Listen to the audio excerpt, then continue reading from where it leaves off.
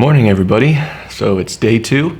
Before I dive into reading Genesis 3 and 4, I kind of wanted to just talk about my day yesterday and what I kind of observed since, spending time in reading the Bible and prayer in the morning and kind of what that did for me.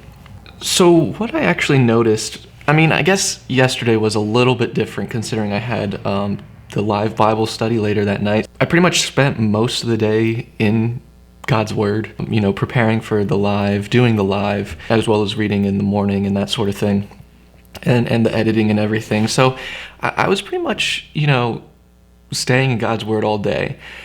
With that being said, though, I did have, a good day emotionally and spiritually. I had a better attitude and outlook upon the day. I felt closer to God, which I guess is the point of all this, but it just kind of, even with that one day of making that effort, I don't know. I wish I could give you guys more to go on. It's just, I don't know. It's just hard to explain.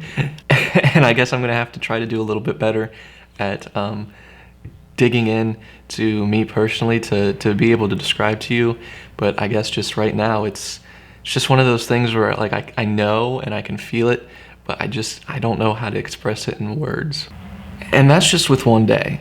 So I'm kind of looking forward to see when the days start, when this starts becoming more of a habit, what it'll do in the long run. And if you guys are joining me, I hope that maybe you understand, maybe you feel it too. I'm not sure. Anyway, I'm going to go ahead and dive into chapters 3 and 4 of Genesis today. Before I do, I'm going to shut my phone off completely. There we go. I'm going to wait till it vibrates this time. There we go. Put it off to the side, and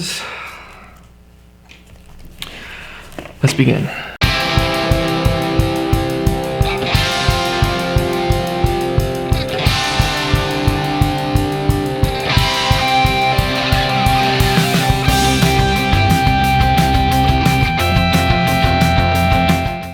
Okay, so I just finished reading and praying, and man, there's, again, a lot in just these 2 chapters.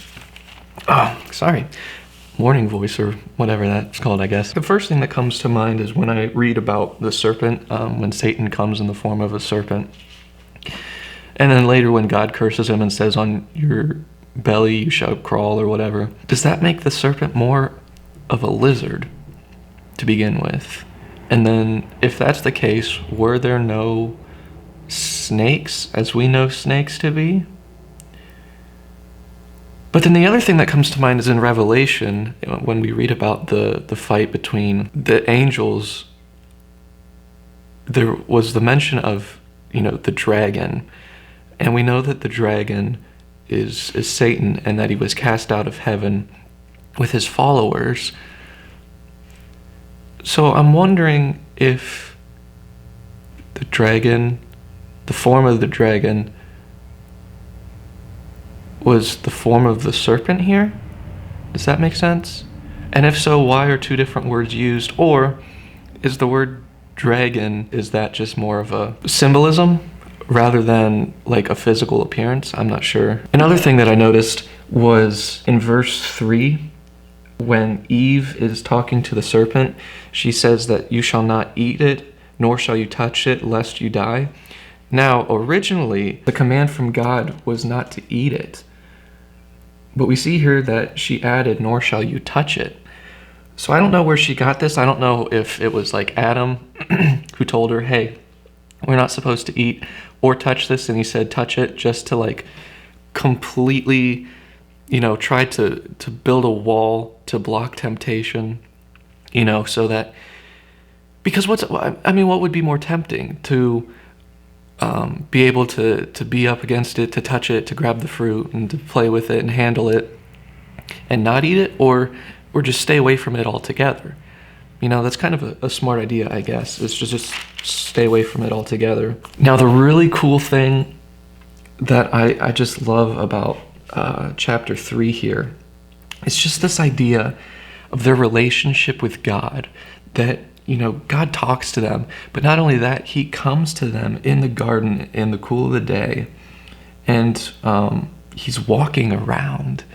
I mean, that's just so amazing that they had this opportunity and that kind of relationship with God. And then it's, we have the whole excuses made by Adam and Eve. And I think it's kind of funny, looking at Adam's excuse, the woman whom you gave me, or the woman you gave to be with me. In essence here, Adam is blaming God rather than Eve. I mean, he's blaming them both, but it's just kind of like, well, if you didn't give me this woman, then this never would have happened. I don't know if that's something that you should really say to God. And then we know Eve, she gives the excuse about the serpent. I'm just realizing now that the serpent stayed there while God was walking through. I guess I never really thought about that before. And I guess the same thing kind of happened in the book of Job. If I'm remembering correctly, that Satan talks to God to show how faithful or how unfaithful Job would be if he wasn't so blessed. But I guess it just never really occurred to me that Satan stayed there and allowed that conversation to happen. But then it gets me thinking, why did God just ignore Satan until Satan was blamed for the temptation? I don't know. Then we see in verse 22 of chapter 3 here, God again, I think he's talking to the Trinity, because he says, "Behold, the man has become like one of us," with a capital U, "to know good and evil." Also, we learn in this verse that there was another tree that would make them live forever, which I think is kind of interesting. And it seems like that's the reason that he kicked them out of the garden, because he didn't want them to eat of that tree. I could be reading that wrong, but I guess this is just something else I learned that I didn't recognize before. And then we see he placed cherubim at the east of the Garden of Eden with flaming swords. Now, cherubim, of course, are angels, and I can't remember off the top of my head which ones those are. I think they're described to us somewhere, probably in Revelation, but without my phone and without Google, I can't find it off the top of my head. So let's try this the old-fashioned way. Okay, so I just read and remembered that there were 2 cherubim on the top of the Ark of the Covenant, but I'm not finding anything as far as their description, so I don't know if there is one for them.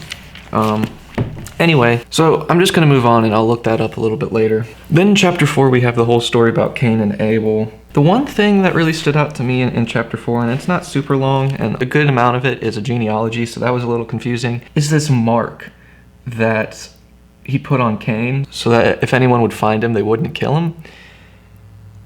I guess I'm just curious as to what the mark of Cain is.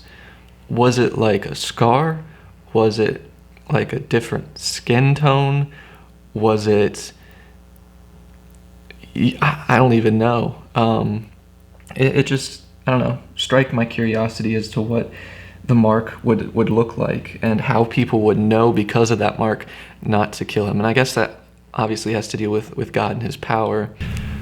So that's chapters 3 and 4 of Genesis. A good read, a nice refresher. I learned a couple things. Some things came back to mind that I had forgotten.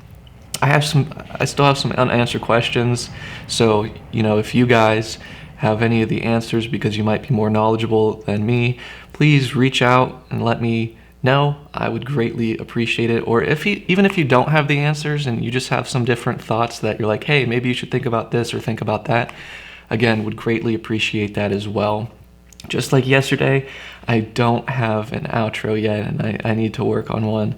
And hopefully, again, that'll come with time with these daily vlogs. Until then, I hope you guys have a great rest of the day.